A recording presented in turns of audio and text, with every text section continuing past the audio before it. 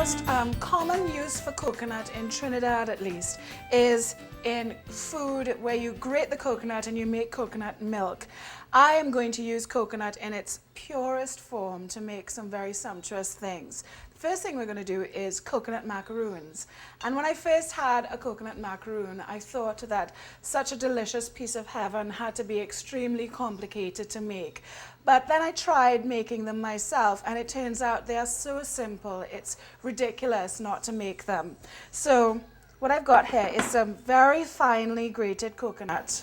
You want it to be finely grated because it holds together much nicer. I've also got 2 egg whites. And I think I'm going to add about a cup of caster sugar.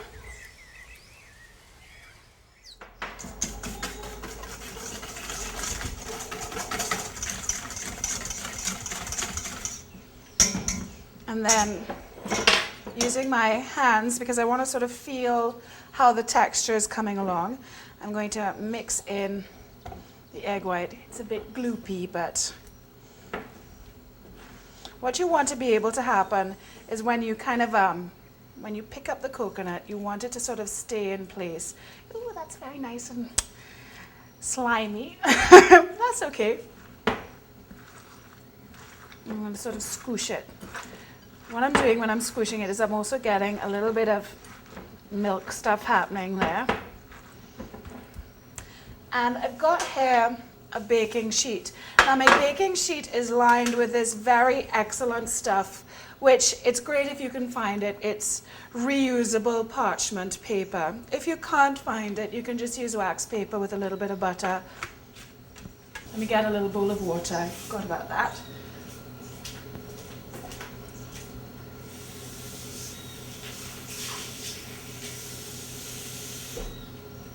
If you keep your fingers wet, it's much easier to deal with the egg white.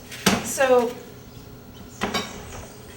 I'm going to form, like if I'm doing a Maggie, remember Maggie, right? I'm going to make a Maggie with the coconut, like that. And in my hand, I'm just going to make sure I bring it all together. And you just sort of kind of bring it in and stand it up.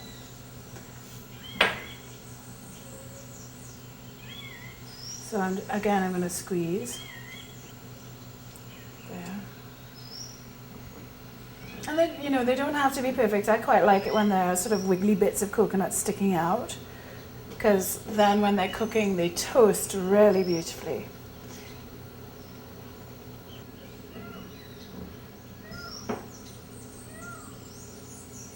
And again.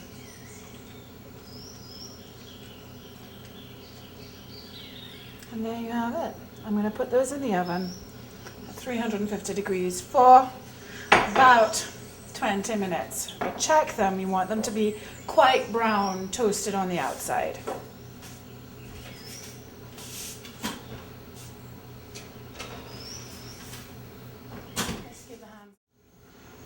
They just look like little kind of toasted heaps of snow. They're beautiful. So now, getting egg white off of anything once it's cooked is a challenge. But if you do it while the parchment is still hot and you dip your spatula in water, it makes it a lot easier. So we'll give it a try with the spatula, and then if that doesn't work, we'll try a knife. If anybody has a foolproof method for removing egg white, I'd be very perfect. If I wait for this to cool, I'll be in big trouble.